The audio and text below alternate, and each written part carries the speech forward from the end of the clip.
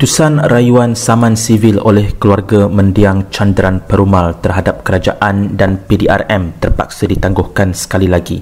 Menurut Ketua Barisan Peguam bagi pihak keluarga, salah seorang daripada panel 5 hakim tersebut tidak dapat hadir atas sebab-sebab tertentu. Keputusan tersebut dijangka diumumkan pada 9 Februari lalu, namun pada pagi hari tersebut, barisan panel hakim memaklumkan kepada pasukan peguam bahawa mereka terpaksa memberikan tarikh baru di masa akan datang memandangkan ketidakhadiran salah seorang panel dalam sesi pendengaran. Dipanggil pada pagi ini untuk keputusan malangnya. Kami dah bersedia pun untuk mendapatkan keputusan mahkamah di dalam kes Chandran Perumal ni di tahap Mahkamah Persekutuan berkenaan Seksyen 82 Akta Sivil 1956.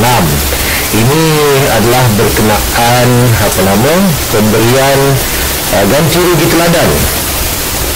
Sebelum ini kes Kugen dan Noras Mirah di Mahkamah Persekutuan telah memutuskan bahawa Seksyen 82 Akta Sivil tidak membolehkan keluarga si mati mendapat ganti rugi teladan. So di dalam kes Chandran ni, isu ini diketengahkan semula untuk diputuskan oleh Mahkamah Persekutuan.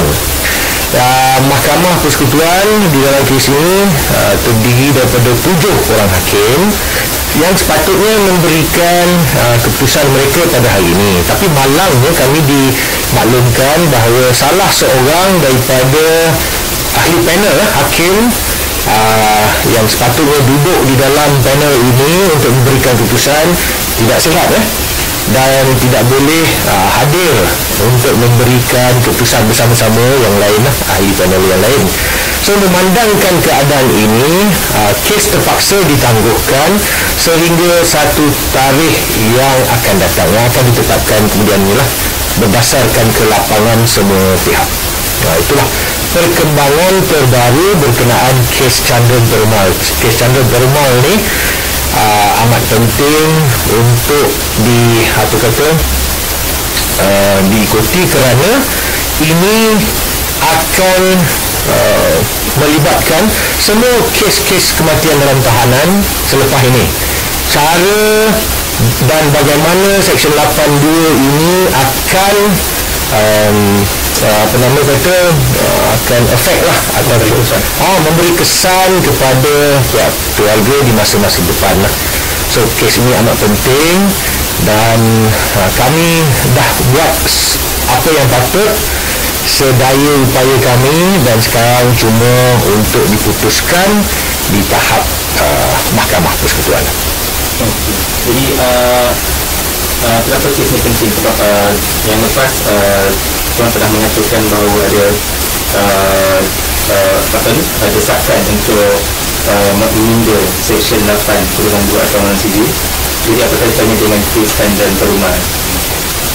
Seperti yang saya katakan tadi, Seksyen 82 Akta Sivil 1956 ni dalam situasi sekarang tidak membolehkan keluarga si mati untuk mendapatkan ganti rugi teladan. Itu adalah peruntukan undang-undang seperti yang ada sekarang, Seksyen 82. Tetapi di dalam kes-kes kematian dalam tahanan adalah saranan kami bahawa di dalam situasi di mana pihak berkuasa telah berlaku zalim ataupun berlaku di dalam satu keadaan yang menyebabkan kematian secara keganasan dan sebagainya, maka patutlah diberikan ganti rugi teladan kerana ini adalah satu pencabulan mengikut Perlembagaan Malaysia. Artikel 5 Perlembagaan Malaysia menetapkan bahawa semua orang ada hak kepada nyawa mereka, right to life. So apabila ada pencabulan kepada Perlembagaan Malaysia, maka di dalam kes-kes demikian ganti rugi teladan harus dan wajib diberikan. Itu adalah pandangan kami dan pegangan kami. Dan Mahkamah Persekutuan telah mendengar semua hujah-hujah kami sebelum ini dan Mahkamah Persekutuan juga kami telah utarakan satu isu, iaitu sekiranya seorang itu ditahan polis dan dipukul, ya, dan beliau tidak mati, ya, sebagai contoh, ya, dia tidak mati, dan sekiranya dia membawa apa-apa kes ke mahkamah untuk ganti rugi, beliau akan berhak kepada ganti rugi teladan sekiranya keadaan di dalam kes itu boleh memberikan ganti rugi teladan. So kalau orang itu hidup, dia mungkin boleh dapat ganti rugi teladan. Tetapi di dalam satu kes di mana kematian diakibatkan, mengikut Seksyen 82 tak boleh kita dapat ganti rugi teladan. So bermaksud seolah-olah kalau polis tahan dan pukul di mana tidak menyebabkan kematian, orang itu mungkin boleh dapat ganti rugi teladan. Tetapi kalau yang ditahannya, yang dipukulnya itu mati, keluarga si mati tidak boleh mendapat ganti rugi teladan. So ini adalah satu keadaan bagi kami tidak masuk akal. Ini seolah-olah akan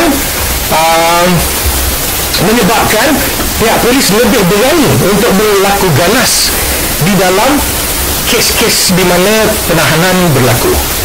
So kami telah berhujah berkenaan perkara ini di Mahkamah Persekutuan.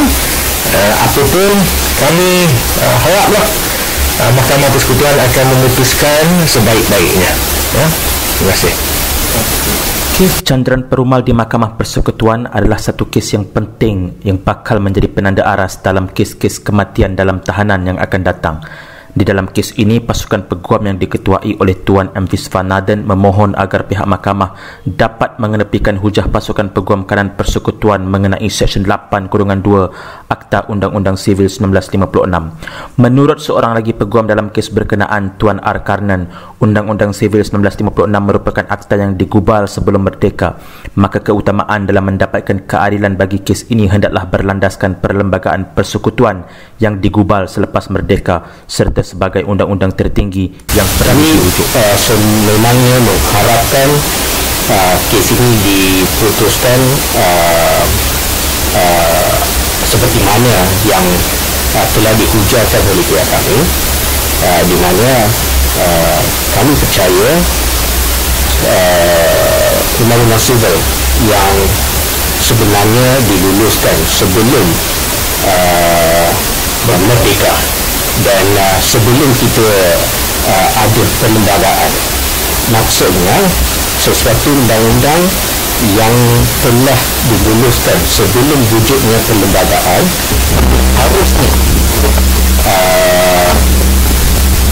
perlu diseragamkan ataupun perlu mematuhi segala peruntukan perlembagaan. Maka satu pentafsiran undang-undang perlu diberi untuk ataupun mengutamakan perlembagaan kita. Dengan itu saya mengharapkan Mahkamah Persekutuan buat satu keputusan supaya kes ini juga menjadi satu pedoman pada kes-kes yang berikut di mana terdapat kezaliman pihak berkuasa terhadap mereka jelata. Seksyen tersebut telah menafikan pemberian ganti rugi teladan kepada keluarga mangsa mati dalam tahanan, memandangkan seksyen tersebut menyatakan bahawa ganti rugi teladan hanya terpakai untuk mereka yang masih hidup. Sekiranya Seksyen 8/2 ini digunakan, maka ganti rugi teladan tidak akan dapat diberikan oleh mahkamah kepada keluarga mangsa.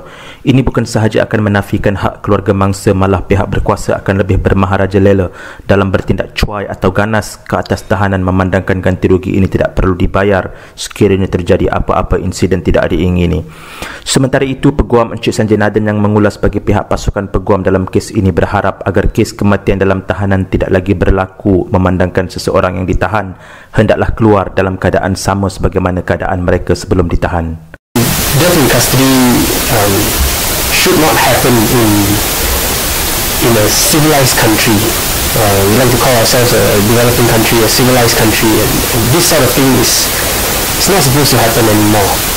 Somebody cannot expect to walk into a police station or police lockup and not come out alive. These are people who sometimes have not even been charged. Even if they have been charged, it's innocent until proven guilty, and the police or anybody in the authorities do not have a right to act as judge, jury, and executioner just like that without the proper process of the law.